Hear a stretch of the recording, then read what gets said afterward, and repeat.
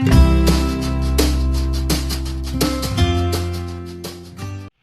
Plus two class. पिछले video में हमने कैश फ्लो स्टेटमेंट का फर्स्ट पार्ट किया था, जिसके अंदर ऑपरेटिंग एक्टिविटी को कंप्लीट किया, पूरा फॉर्मेट किया। आज हम करेंगे इन्वेस्टिंग एक्टिविटी।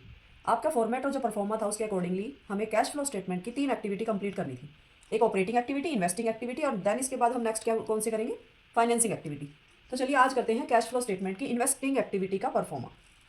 इस परफॉर्मे में ज़्यादा कुछ खास नहीं है, सिर्फ 2 ही चीज़ें हैं आपकी, एक सेल और एक परचेज। इसकी पहचान ये है कि यहाँ पर सारी फिक्स्ड एसेट्स लिखी जाती हैं। फिक्स्ड एसेट्स यहाँ पर लिखी जाएंगी, अकाउंट भी बनाना पड़ेगा। तो आपने यहाँ पर फिक्स्ड एसेट्स की sale and purchase investing activity के अंदर लिखनी है। फर्स्ट इसके अंदर देखिए, रिसीव्ड या proceeds from the sales of the fixed asset. Received from the sale of investment, received from the sale of intangible assets. Fixed asset, investment, intangible assets की sale. ठीक है, जब हम सेल करते हैं तो कैश का इनफ्लो होता है हमारे बिजनेस के अंदर, तो यहाँ पर जो भी अमाउंट आएगी उसको आप प्लस में लिखेंगे। ठीक है, ये 3 है सेल की। अब इसका ऑपोजिट आ जाओ, परचेज। नेक्स्ट 3 जो हैं इन्हीं की ऑपोजिट्स हैं। पहला हमने क्या किया था, received from sale of fixed asset. Next करेंगे payment for purchase of fixed asset. यहाँ भी फिक्स्ड एसेट है, ये सेल थी, ये परचेज है। यहाँ पर इन्वेस्टमेंट की सेल थी, यहाँ इन्वेस्टमेंट की परचेज है। यहाँ इंटेंजिबल एसेट्स की सेल थी, यहाँ इंटेंजिबल एसेट्स की परचेज है। पेमेंट है इनकी, पहले 3 तो आई थी रिसीव्ड की, मतलब इनकम जो हमें मिल रही है सेल करने से, और नेक्स्ट 3 है वो आएगी हमारी पेमेंट्स की। पेमेंट्स तब होती है जब हम परचेज करते हैं इन सब चीज़ों की। तो ऑब्वियसली जब हम परचेज करेंगे, पेमेंट होगी, तो हमारा जो यहाँ पर अमाउंट लिखी जाएगी उससे कैश आउटफ्लो होगा, और ये आपको माइनस में करनी है, यानी कि ब्रैकेट में लिखनी है। और ये सारा कुछ करने के बाद इंटरेस्ट रिसीव्ड, डिविडेंड रिसीव्ड और रेंट रिसीव्ड, यही तीनों चीज़ हमने ऑपरेटिंग एक्टिविटी में लेस की थी एडजस्टमेंट के अंदर, है ना। और वही 3 चीज़ हम यहाँ पर इन्वेस्टिंग एक्टिविटी के अंदर भी लिखेंगे, बट वहाँ पर हमने लेस की थी और यहाँ पर हमने इसको प्लस में लिखना है, क्योंकि इनकम है ना, यहाँ से हमें इनकम मिल रही है इंटरेस्ट रिसीव्ड से, डिविडेंड रिसीव्ड से और रेंट रिसीव्ड से। ठीक है, अब बात ये आ जाती है कि यहाँ पर ये जो फिक्स्ड एसेट और इन्वेस्टमेंट की सेल एंड परचेज है वो ऐसे ही नहीं मिलेगी आपको क्वेश्चन के अंदर हिंट मिलेंगी। जैसे देखो एक बार, अगर आपको क्वेश्चन के अंदर इस तरह से आपका क्वेश्चन है, इस क्वेश्चन के अंदर देखिए यहाँ पर फिक्स टेंजिबल एसेट्स दे रखी है ना। फिक्स टेंजिबल एसेट्स के बाद आपको यहाँ पर नीचे क्या दे रखा है, फिक्स टेंजिबल एसेट्स की detail, means plant and machinery की current year value and previous year value. उसके बाद आपको यहाँ पर नीचे एडिशनल इन्फॉर्मेशन गिवन है, और इसी मशीन से रिलेटेड डेप्रीशिएशन है, और उसके सेल के बारे में भी यहाँ पर कुछ बातें लिखी हुई है कि सेल किया और इतने % प्रॉफिट के ऊपर इसको हमने सेल किया है। तो जब आपको इस तरह क्वेश्चन के ओपनिंग और क्लोजिंग बैलेंस के अलावा भी एडिशनल इन्फॉर्मेशन उसी से रिलेटेड मिल जाए तो आपको अकाउंट बनाना कंपलसरी हो जाता है। तो आपको बिना कहे ही क्या करना है, इस प्लांट एंड मशीनरी का अकाउंट प्रिपेयर करना पड़ेगा। कब? जब ओपनिंग और क्लोजिंग के साथ एडिशनल इन्फॉर्मेशन भी उसी से रिलेटेड गिवन हो तब। जब ये अदर इन्फॉर्मेशन गिवन ना हो, सिर्फ ओपनिंग और क्लोजिंग बैलेंस ही हो ना, तो आपको अकाउंट बनाना कोई खास जरूरी नहीं है, फिर नहीं बनाएंगे। लेकिन जब इस तरह एडिशनल इन्फॉर्मेशन गिवन होती है तब आपको एक अकाउंट प्रिपेयर करना पड़ता है। देखिए अकाउंट किस तरह से प्रिपेयर करना है, जैसे इन्होंने क्या क्या रखा है, ये देखिए अकाउंट बना रखा है, ओपनिंग क्लोजिंग बैलेंस फिर डेप्रिसिएशन। ये देखिए आपको मैं बताती हूँ, इधर ये देखिए यहाँ पर आपको फिक्स्ड एसेट अकाउंट बनाना है। सबसे पहले इसको डेबिट नेचर होता है ना एसेट्स का, तो यहाँ पर लिखेंगे to balance BD means opening balance, और यहाँ पर लिखेंगे बाय बैलेंस CD यानी कि क्लोजिंग बैलेंस। देन उसके बाद आपको अगर सेल के बारे में इन्फॉर्मेशन गिवन है तो यहाँ लिखेंगे बाय बैंक, हमने वो एसेट्स कितने में सेल की, मैं ब्रैकेट में लिख भी रही हूँ सेल।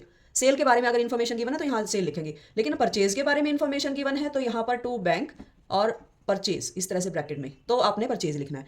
अगर इन दोनों में से कुछ भी गिवन है, ठीक है, सेल एंड परचेज दोनों गिवन है तो दोनों लिख देंगे। अब देखिए यहाँ पर आपको डेप्रिसिएशन भी जरूर गिवन मिलेगा आपको क्वेश्चन में, तो यहाँ पर लिखना है आपको बाय डेप्रिसिएशन अकाउंट। ठीक, जितना भी आपने डेप्रिसिएशन लगाया, एक्यूमुलेटेड डेप्रिसिएशन हो सकता है, डेप्रिसिएशन हो सकता है, प्रोविजन फॉर डेप्रिसिएशन हो सकता है। अब आपको जो ये सेल हुई है इससे रिलेटेड या तो प्रॉफिट होगा या लॉस होगा, एक ही चीज होगी ना, सेल से रिलेटेड या तो प्रॉफिट होगा या लॉस होगा। लेकिन अगर लॉस होगा तो आपने इधर लिखना है क्रेडिट में लॉस ऑन सेल, और प्रॉफिट हो तो यहाँ लिखना है to profit on sale, profit on sale. ठीक है, ये अकाउंट हो जाएगा आपका क्लोज। अब देखिए बात क्या है, जब हम इनका टोटल करेंगे तो आपको एक बैलेंसिंग फिगर दिखेगी। डेबिट में आ जाए तो आप ये देखिएगा कि इनमें से है क्या नहीं हमारे पास। अगर हमारे पास प्रॉफिट भी है, ये भी है, तो वो बैलेंसिंग फिगर आपकी परचेज ही होगी। अगर इधर से आपकी बैलेंसिंग फिगर आती है और ये सब कुछ गिवन है तो फिर डेप्रिसिएशन अगर नहीं है तो डेप्रिसिएशन होगा, सेल गिवन नहीं है तो सेल गिवन होगी, लॉस गिवन नहीं है तो लॉस होगा। तो मतलब जो भी आपको यहाँ से मिसिंग दिखे बैलेंसिंग फिगर को उसी का नाम दे देना है आपने। डेबिट में अगर कुछ भी मिसिंग दिखे इनमें से तो उसको बैलेंसिंग फिगर को उसी मिसिंग चीज का नाम दे देना है आपने। तो ये तो हो गया फिक्स्ड एसेट अकाउंट। यहाँ से आपने इन्वेस्टिंग एक्टिविटी के लिए सिर्फ परचेज और सिर्फ सेल, 2 चीजों को उठाना है और इन्वेस्टिंग एक्टिविटी में ले जाना है। बाकी सारी चीजें देखो यहाँ पर ये ऑपरेटिंग में जाएगी, ये ऑपरेटिंग में जाएगी, ये भी ऑपरेटिंग में जाएंगे, बाकी चीजें ऑपरेटिंग एक्टिविटी के अंदर जाएंगी। सिर्फ सेल और परचेज 2 चीजों को इन्वेस्टिंग एक्टिविटी में आपने प्लस और माइनस से लिखना है। इन्वेस्टमेंट अकाउंट पे आ जाओ, इन्वेस्टमेंट अकाउंट भी आपने वैसे ही प्रिपेयर करना है। ठीक है, जैसे फिक्स्ड एसेट अकाउंट बनाया था, फर्क क्या होगा, इसमें डेप्रिसिएशन नहीं लगेगा बस, क्योंकि इन्वेस्टमेंट एक ऐसी चीज होती है जिसको हम बाहर कहीं इन्वेस्ट करते हैं, वो कभी घटती नहीं है, हमेशा बढ़ती ही है, इंक्रीज ही होती है। तो जैसे ये डेबिट से शुरू हुआ था, इसको भी टू बैलेंस BD डेबिट से ही शुरू करेंगे, और इसकी जो क्लोजिंग होगी वो क्रेडिट से ही होगी, बाय बैलेंस CD। ठीक है, सेल होगी तो यहां पर लिखना है by bank sale, and purchase होगी तो यहां पर लिखना है टू बैंक परचेज। ठीक है, और ऑब्वियसली यहाँ पर जैसे सेल होगी तो प्रॉफिट या लॉस एक चीज़ का होना बिल्कुल ज़रूरी है, तो अगर लॉस हो तो यहाँ लिखना है by loss on cell, and purchase हो तो यहाँ लिखना है टू प्रॉफिट ऑन परचेज या गेन ऑन सेल। ऐसे डेप्रिसिएशन यहाँ नहीं आएगा, ठीक है, जैसे मैंने पहले बताया था। और जो भी आप इसका टोटल करोगे, बैलेंसिंग फिगर इधर में देख लेना, ये हो तो अगर दोनों में से कुछ भी मिसिंग है तो उसी का ही नाम दे दोगे। इधर भी अगर कुछ मिसिंग है, परचेज मिसिंग है तो परचेज बैलेंसिंग फिगर होगी, प्रॉफिट मिसिंग है तो प्रॉफिट बैलेंसिंग फिगर होगा। तो ये आपका इन्वेस्टमेंट अकाउंट इस तरह से आपने क्लोज करना है। ठीक है, तो ये आपकी इन्वेस्टिंग एक्टिविटी होगी। पूरा टोटल करके कंक्लूजन निकाल के, मीन्स प्लस माइनस को इंक्लूड करके आप यहाँ पे लास्ट में क्या लिखोगे, कैश फ्लो फ्रॉम या यूज्ड, नेगेटिव में आए तो उसको क्या बोलते हैं, यूज्ड इन्वेस्टिंग एक्टिविटीज। ठीक है, अब आ जाते हैं cash flow from financing activity की तरफ। Cash flow from financing activity में हम शेयर, डिबेंचर एंड लोन, तीन चीजों को ही लिखते हैं, और इनसे रिलेटेड इंटरेस्ट, डिविडेंड अगर कोई बनता है तो बस उन्हीं को ही लिखा जाता है। मतलब शेयर, डिबेंचर और लोन, लॉन्ग टर्म बोरोइंग्स, इन तीन चीजों से रिलेटेड चीजों को और इन तीन चीजों को ही फाइनेंसिंग एक्टिविटी में लिखा जाता है। Proceeds from issue of share, मतलब शेयर इशू करने से हमें कोई अमाउंट मिली है। Issue of debenture, debenture issue करने से कुछ मिला है। लोन लेने से जो अमाउंट मिलती है, तो वो तीनों अमाउंट यहाँ पर लिखी जाती है, प्लस में लिखेंगे क्योंकि हमारे पास कैश का इनफ्लो होता है इन तीनों चीजों से। अब यहाँ पर जब हम इनकी पेमेंट करेंगे, लोन ले तो लिया बट वो वापसी भी तो करना है, तो उसके जब पेमेंट करेंगे, रिपेमेंट ऑफ लोन करेंगे तब, और जब हमने शेयर और डिबेंचर इशू किए थे और जब इनकी रिडम्पशन करेंगे, मींस इनको रुपया वापस करेंगे रिडम्पशन के टाइम पे, तब ही हम इसके अंदर लिखेंगे उसको। मतलब इन दोनों एक्टिविटी से हमारा कैश आउटफ्लो होगा, नेगेटिव में लिखा जाएगा इसको, माइनस में, क्योंकि यहाँ से कैश हमारा जा रहा होता है बिजनेस में, तो कैश आउटफ्लो होने की वजह से इनको नेगेटिव में लिखेंगे। डिविडेंड पेड शेयर से रिलेटेड है, इंटरेस्ट पेड डिबेंचर और लॉन्ग टर्म से रिलेटेड है। ये डिविडेंड इंटरिम हो या फाइनल हो, दोनों ही यहाँ लिखे जाएंगे, इंटरेस्ट पेड डिबेंचर पे और लॉन्ग टर्म लोन के ऊपर। एडजस्टमेंट में जो भी इनसे रिलेटेड डेट वगैरह गिवन हो तो उन डेट के अकॉर्डिंगली इंटरेस्ट कैलकुलेट करेंगे, तो वो भी यहाँ लिखे जाएंगे, क्योंकि यहाँ भी आउटफ्लो हो रहा है कैश का, इसीलिए यहाँ पर भी ये अमाउंट जो है नेगेटिव में आएगी। तो ये था तुम्हारा क्या, cash flow from financing activity. यहाँ से आपका आंसर आ जाएगा कैश फ्लो फ्रॉम, अगर नेगेटिव में आया तो उसको यूज्ड लिखेंगे, financing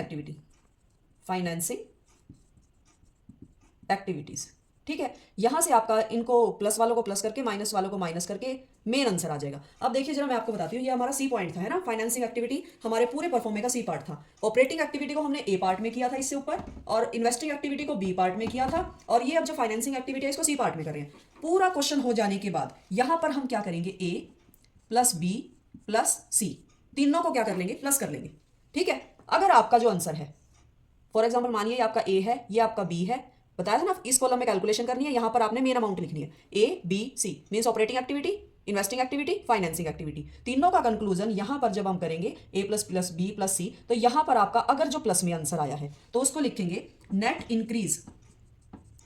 increase in cash flow. कैसे आया ये, ए प्लस बी प्लस सी करके, ठीक है, इस तरह से। लेकिन अगर ये आपका आंसर जो है नेगेटिव में आया तो यहां इंक्रीज नहीं, फिर हम क्या लिखेंगे, डिक्रीज। प्लस में आया इंक्रीज, माइनस में आया डिक्रीज। ठीक है, अब करना क्या है, हमने क्वेश्चन की स्टार्टिंग में कैश का बैलेंस जाना था कि कैश के अंदर किन किन चीजों को इंक्लूड करना है, और मैंने कहा था इसको किसी भी एक्टिविटी में नहीं लिखना है। अब आइए उसकी बारी कैश लिखने की, क्या करेंगे, ये जो हमारा आंसर आया है इसके अंदर प्लस कर देंगे, add opening balance of cash, जो भी आपका कैश का बैलेंस है, जितनी चार चीजें आती है तो कैश में चार चीजें जोड़ दो, ओपनिंग बैलेंस हो जाएगा, उसको प्लस कर देंगे हम इस वाले अमाउंट के अंदर। तो आपका जो आंसर आएगा इन दोनों के कंक्लूजन से, वो आपका ये जो आंसर है वो क्लोजिंग कैश ही होना चाहिए, जो कि आपको ये भी क्वेश्चन में गिवन होता है, ये भी गिवन होता है। ओपनिंग और क्लोजिंग दोनों बैलेंस क्वेश्चन में गिवन होते हैं आपके। अगर आप इस अमाउंट के अंदर ओपनिंग कैश जोड़ दोगे तो आपका आंसर क्लोजिंग कैश का ही आना चाहिए। यहां से आपका पूरा क्वेश्चन टैली हो जाता है आंसर। अगर ये बिल्कुल इतना ही आ रहा है जैसा कि क्वेश्चन में गिवन है, तो इट मीन्स आपने पूरा क्वेश्चन कैश फ्लो स्टेटमेंट का सही किया है। ये तो था आपका पूरा कैश फ्लो स्टेटमेंट का। एक चीज और आपकी इस माइनर छोटी सी इसके अंदर रह गई है, क्या थी वो है आपका प्रोविजन फॉर टैक्सेशन कह लो, टैक्स अकाउंट कह लो, ठीक है। एक ये चीज और आपकी रह गई है, क्या है ये, क्योंकि सारे प्रोविजन देखो आपके लाइबिलिटी होते हैं, तो इसकी शुरुआत यहाँ से होगी। By balance B D means opening balance यहाँ लिखना है, और to balance C D opening balance यहाँ, क्लोजिंग बैलेंस यहाँ लिखना है। अब आपको क्वेश्चन में एडजस्टमेंट में कई बार देखो इस तरह से पेमेंट गिवन होती है कि टैक्स पेड और पेमेंट, या तो ऐसे गिवन होगा या फिर आपको provision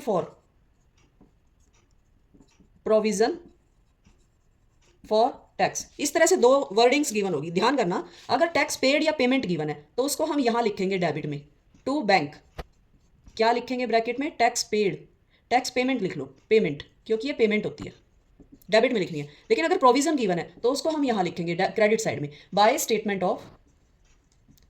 of profit and loss account. ठीक है, ये क्या होता है, ये प्रोविजन होता है, प्रोविजन। चलिए, ये ना बैलेंसिंग फिगर में आता है। क्वेश्चन में आपको ओपनिंग और क्लोजिंग बैलेंस के अलावा एडजस्टमेंट में इनमें से एक ही चीज गिवन होगी, तो जो भी गिवन हो, अगर ये गिवन है तो डेबिट में लिख देना, ये वाली बैलेंसिंग फिगर आ जाएगी। ठीक है, और ये गिवन हो तो क्रेडिट में लिख देना, फिर ये बैलेंसिंग फिगर आ जाएगी। मतलब एक गिवन होगा, दूसरी बैलेंसिंग फिगर के रूप में निकलेगी। तो करना क्या है इसका, ये दोनों चीजें आपकी ऑपरेटिंग एक्टिविटी में लिखी जाएंगी। आपको याद हो, ऑपरेटिंग एक्टिविटी में जब हमने नेट प्रॉफिट बिफोर टैक्स निकाला था तो वहां पर प्रोविजन फॉर टैक्स उन चारों चीजों में से एक चीज थी जो हम नेट प्रॉफिट में ऐड करते थे, तो ये वाली चीज आपने वहां पर ऐड करनी है। ठीक है, और ये क्या था, ऑपरेटिंग एक्टिविटी पूरी हो जाने के बाद जो हम चीज लेस करते थे, क्या लेस करते थे, देखिए यहां पर, यहां देखिए, ये आपका परफॉर्मा है नेट प्रॉफिट कैलकुलेशन का। इस परफॉर्मे में यहां पर current year minus previous year किया था, transfer to reserve, provision for tax, propose dividend और इंटरिम डिविडेंड, ऐसी चीजें हमने क्या करी थी, ऐड करी थी नेट प्रॉफिट में। तो ये जो प्रोविजन है आपका, ये जो प्रोविजन है, इस प्रोविजन को आपने यहां लिखना है, यहां लिखना है, प्रोविजन फॉर टैक्स, मतलब नेट प्रॉफिट के कैलकुलेशन में लिखना है। और जो दूसरा आपकी पेमेंट थी, उस पेमेंट को आपने कहां लिखना है, जब ऑपरेटिंग एक्टिविटी खत्म करेंगे और जो माइनस करते हैं इनकम टैक्स पेड। ठीक है, तो आपने पूरी एक्टिविटी में, ऑपरेटिंग एक्टिविटी के बिल्कुल लास्ट में इनकम टैक्स पेड को यहां माइनस करना है, जो कि ओपनिंग जो टैक्स होता है, मैंने तुम्हें बताया था वो चीज़ होती है ये। Okay, thank you.